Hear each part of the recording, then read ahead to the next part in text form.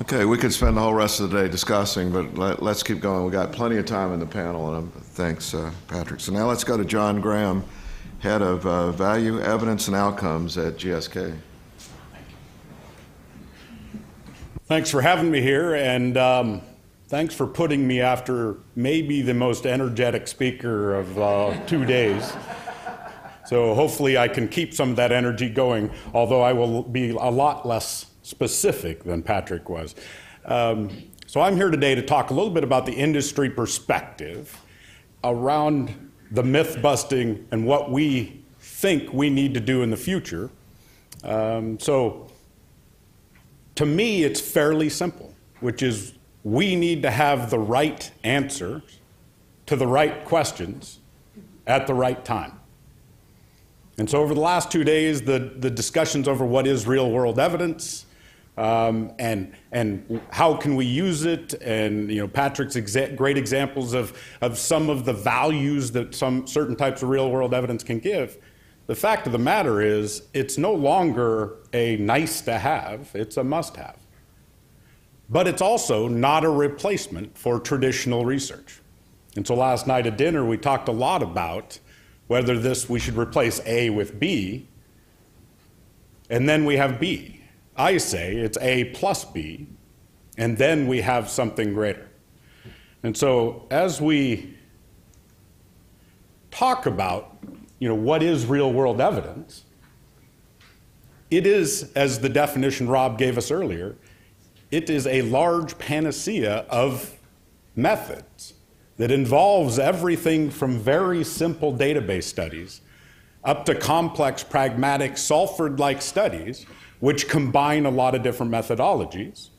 It includes, as Patrick just described, a lot of the ability to look across different data sets and different information and bring them together. But we have a habit of looking at individual pieces and trying to solve the questions with individual pieces.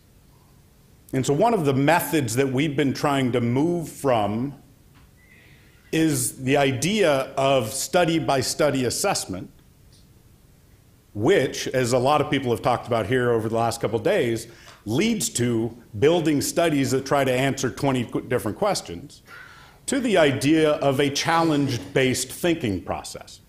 And so with the challenge-based thinking process, you look at your customers. So we're patient-centric. And we say, so in order for the patient to have an improved outcome, what do we need? What are the challenges to that patient's improved outcome? And then we build in the challenge.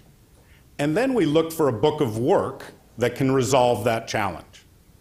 And one of the changes that we have been trying to implement, and I think for across industry is critical, is to stop looking for one study that answers it, but looking that a book of work can come together to give us the entire evidence package that can then bring resolution to that challenge. So from last year's proceedings, there was the publication that talked about the value of real-world evidence, and it focused on two pieces. So it focused on the pre-discovery discovery and the fact that we use a lot of epidemiology, understanding of disease, and other pieces. And then real-world evidence was valuable in the post-marketing evaluation. But when we look at the challenges across industry and across healthcare, we start to move into a place in which we should understand the abilities, and Patrick just used some descriptions, but the abilities of real-world evidence to help us understand our patients. So to me, one of the most valuable pieces of understanding patients is now social media. So we have patient advocacy groups, we talk to patients, but a lot of those are the professional patients. The patients talking in social media about cancer are really talking about the burden of their disease. So as we're designing randomized controlled trials, very specific tests, we can improve our design of those tests by looking into social media and understanding the patient burdens. We can then design patient-reported outcomes measures, tools that are much more appropriate to those patient populations. As we then choose our assets, that we need to develop from an industry perspective, we can use real-world evidence to say what are the thresholds of effect that we need. So we talked about diabetes last night at dinner, as Rob said at length. To me, understanding a patient needs and then being able to put thresholds up is a lot better for an industry to say, we don't want another medicine in the world for people with diabetes that hits a 0.72 A1C reduction. We need something that actually has a significant impact on glucose so that the patients will have less microvascular disease, and also has a mechanism of action that fosters improvement in cardiovascular outcomes. So that understanding from the movement from discovery to development it's critical to have real-world evidence. And then as we move into development, if we are doing our clinical trials, our randomized controlled trials, with a targeted population that is 3 to 10% of the real population in the world, you're going to focus only on 3 to 10% of the patients that are going to need it. And so when you get into the world, you are going to have to study a lot more post-marketing to understand the generalizability of your evidence.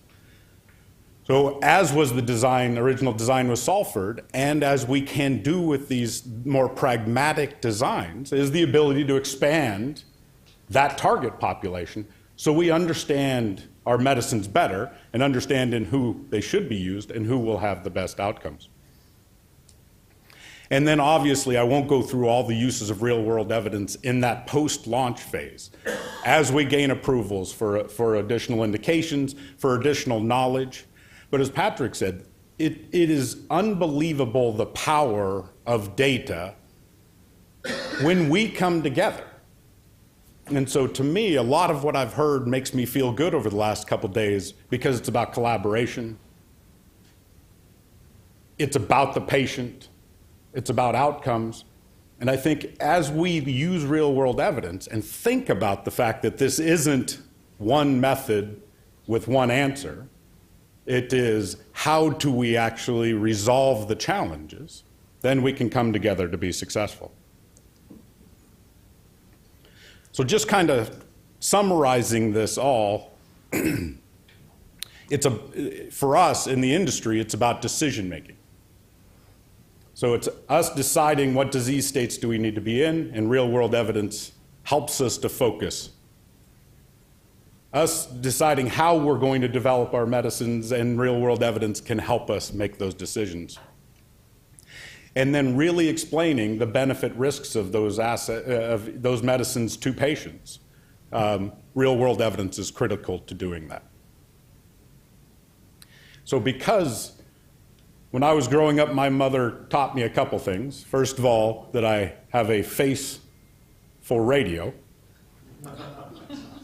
that I have a voice and tone deafness that means I shouldn't sing, so I'm not going to sing, but also that I'll be much more appreciated if I just shut up and sit down. I'll finish there. Thank you.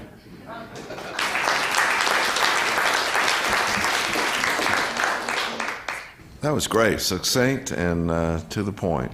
So I think we can take a break a little bit early, and I have a feeling we're going to have quite an interesting discussion given the 4 speakers that we have lined up. So let's return at 10:30.